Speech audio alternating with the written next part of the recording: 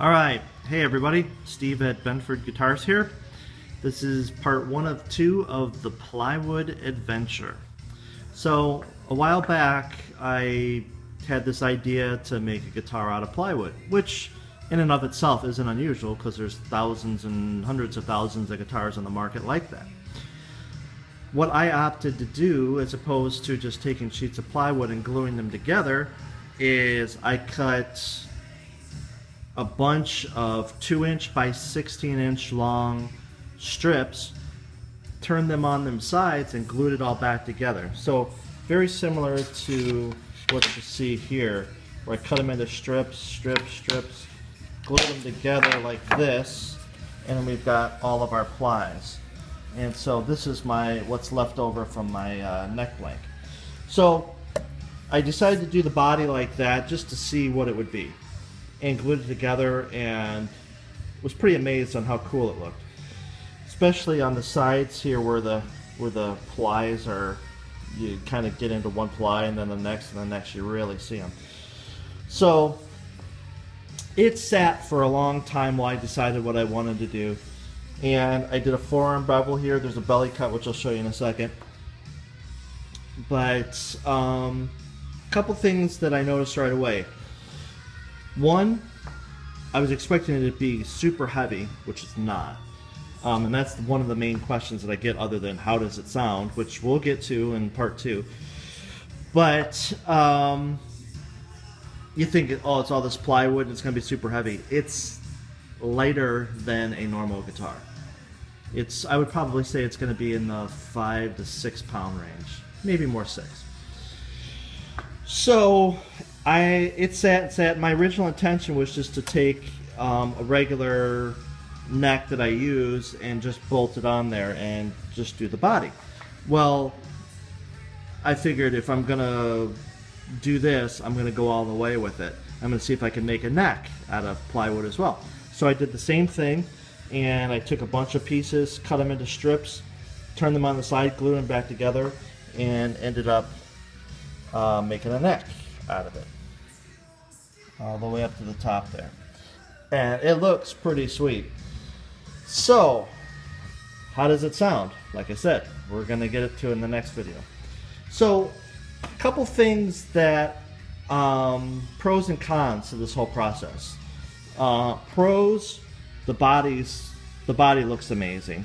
I dyed it purple, and then I dyed it blue with Angelus leather dyes. After that, I sealed it. I shot probably 4 or 5 coats of shellac on it, bullseye spray shellac, and then on top of that I probably did another 3 or 4 coats of true oil, and gave it this nice satin sheen to it. Just soaked up tons and tons of finish because it's all ingrain plywood.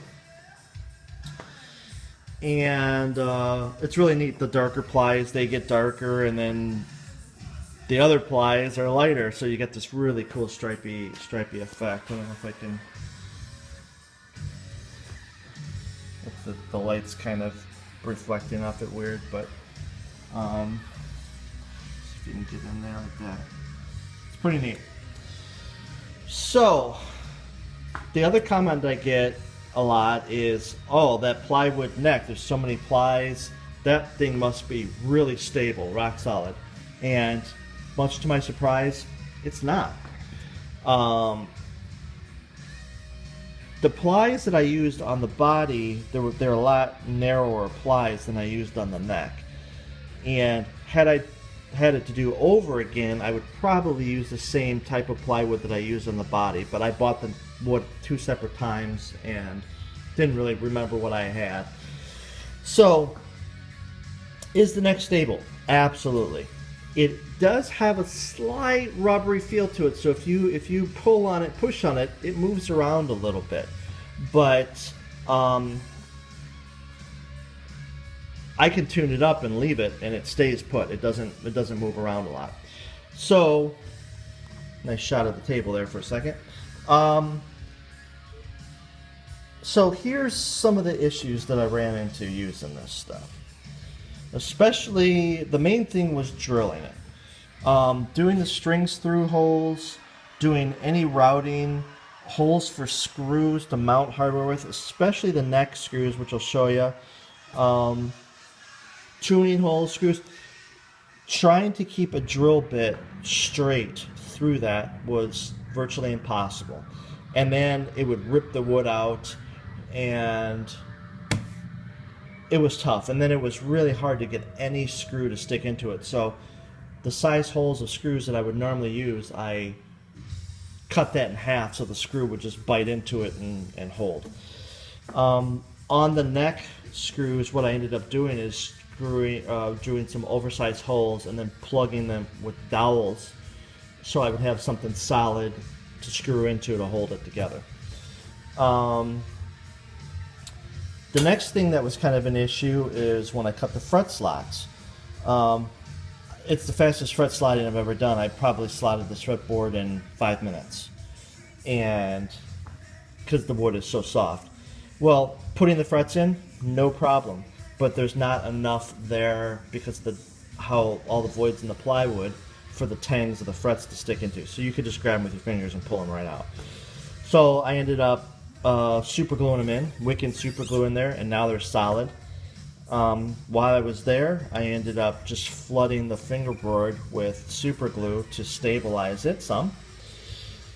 The rest of the neck got a bunch of True Oil on it, and I left it kind of natural how you see it here.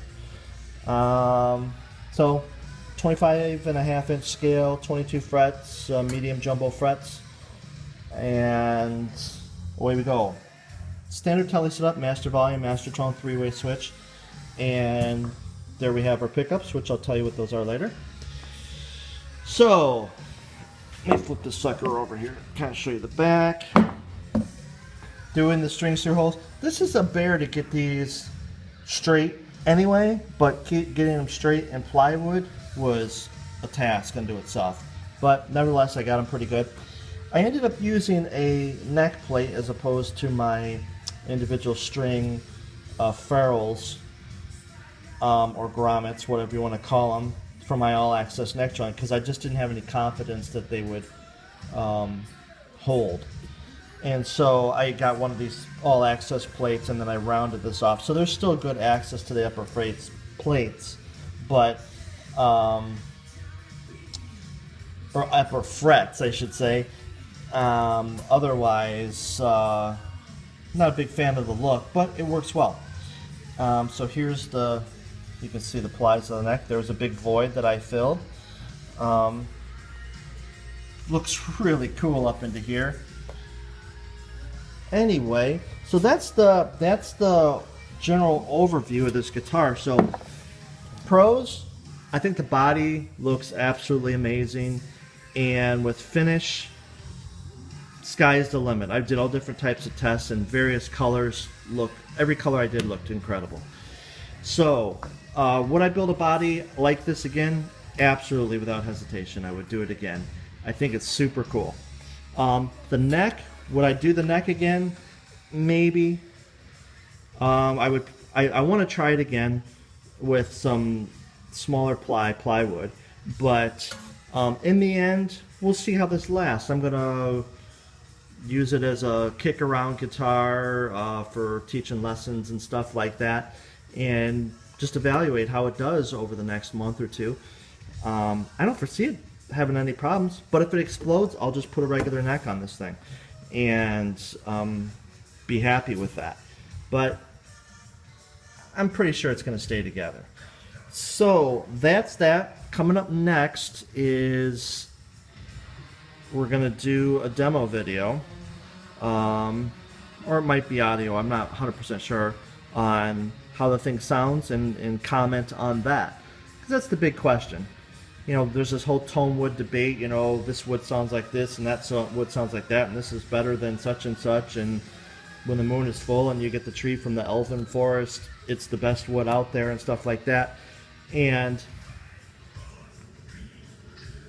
I think it'll be pretty interesting to see and hear what the results are. I'm going to compare it with my #1 guitar, which is mahogany with a koa top and bird's eye maple neck, and DiMarzio's in it. And we'll see what happens. So Thanks for tuning in, BenfordGuitars.com, and we'll catch you in the next video.